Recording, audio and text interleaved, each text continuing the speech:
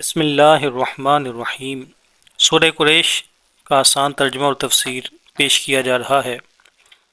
سورہ قریش مکی صورت ہے، ہجرت سے قبل اس کا نزول ہوا۔ کل آیات کی تعداد 4 ہے اور 1 رکوع ہے۔ بسم اللہ الرحمن الرحیم، اللہ کے نام سے شروع جو نہایت مہربان رحمت والا ہے۔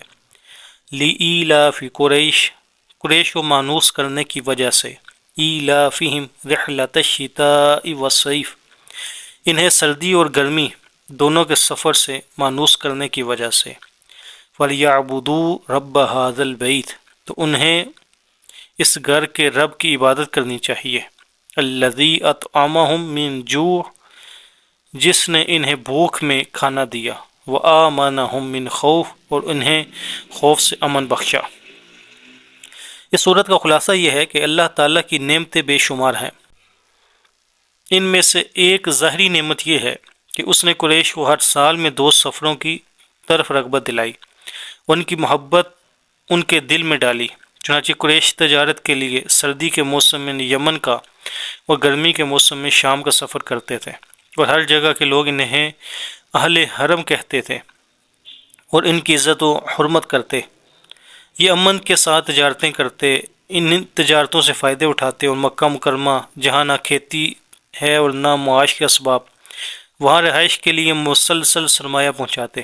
ان پر اللہ تعالیٰ کی یہ نعمت ظاہر ہے اور یہ لوگ اس سے فائدہ اٹھاتے ہیں، تو انہیں چاہیے وہ اس نعمت کا شکر ادا کرتے ہوئے کعبہ معظمہ کے رب کی عبادت کریں، جس نے انہیں ان سفروں کے ذریعے بھوک کی اس حالت میں کھانا دیا جس میں وہ ان سفروں سے پہلے اپنے وطن میں کھیتی نہ ہونے کے باعث مبتلا تھے،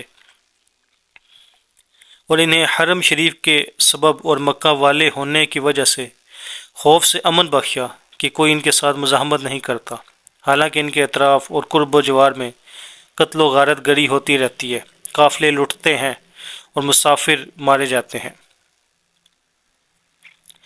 قریش اس قبیلے کا نام ہے جس پہ سید المرسلین خاتم النبیین صلی اللہ علیہ وسلم کی ولادت باسعادت ہوئی۔ اس قبیلے کا نام رکھنے کی مختلف وجوہات مفسرین نے بیان کی۔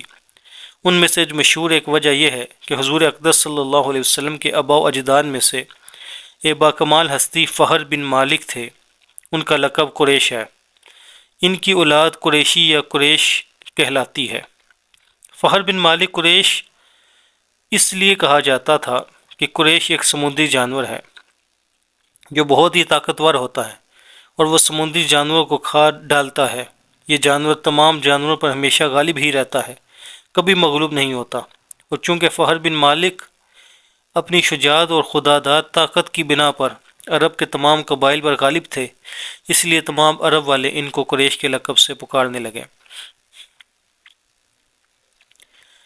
فَلْيَعْبُدُوا رَبَّ هَذَا الْبَيْتِ، سورہ قریش کی آیت نمبر 3 سے معلوم ہوا کہ کفار بھی شرعی عبادات کے مکلف ہیں کہ وہ ایمان لے کر کے آئیں اور عبادت کریں، اور کفر کی حالت میں کوئی نیکی صحیح عبادت نہیں، کیونکہ کفار مکہ طواف، حج، عمرہ اور حاجیوں کی خدمت کرتے تھے، مگر اس آیت مبارکہ میں ان کے ان اعمال کو کالعدم قرار دیا گیا۔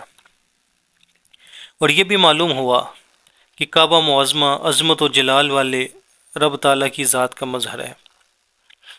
آیت نمبر 4 میں بھوک کی حالت میں کھانا دیے جانے اور خوف کی حالت میں امن دیے جانے کا ذکر ہے۔ یاد رہے کہ بھوک اور خوف 2 ایسی چیزیں ہیں جو معاشرے میں گناہوں اور بدکاریوں کی تعداد میں اضافہ کرنے، جرائم کی شرح بڑھانے، بے امنی اور بدسکونی پھیلانے میں انتہائی اہم اور مرکزی کردار ادا کرتی ہے، جبکہ بھوک کا ختم ہونا اور خوف کا دور ہو جانا معاشرے میں پاکیزہ ماحول اور امن و امان کی فضا قائم کرنے میں بہت بڑے معاون ہیں۔